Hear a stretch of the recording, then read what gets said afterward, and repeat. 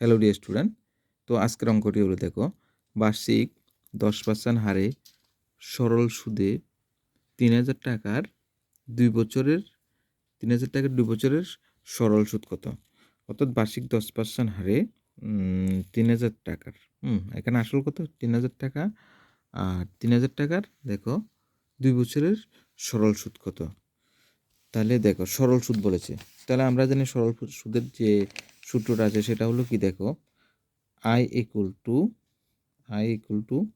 কি I equal to PTR by 100। তাহলে কি I equal to PTR by 100। আচ্ছা, এখানে দেখো ফি বলতে কত আসল মানে প্রিন্সিপাল, তো এখানে প্রিন্সিপাল কত 3000 টাকা, প্রিন্সিপালটা হলো কত 3000 টাকা, এটা পি। ঠিক আছে, এরপরে আর তো জানো আর মানে কি, আর হলো সুদের আর, এটা হচ্ছে আর 10%। ঠিক আছে, এরপরে দেখো টি টি মানে টাইম, টাইমটা হলো কত 2 বছর, টি মানে টাইম, টাইমটা 2 বছর।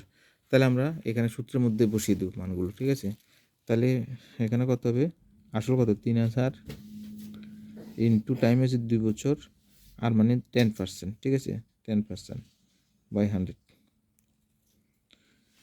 তো এখানে দেখো আমরা এবারে কাটাকাটি করব, এখানে 2 শূন্য কেটে দিলাম, তাহলে উপর আছে দেখো কত 3 × 2 × 10, তাহলে 3 × 2 = 6, 6 × 10 মানে কত 60।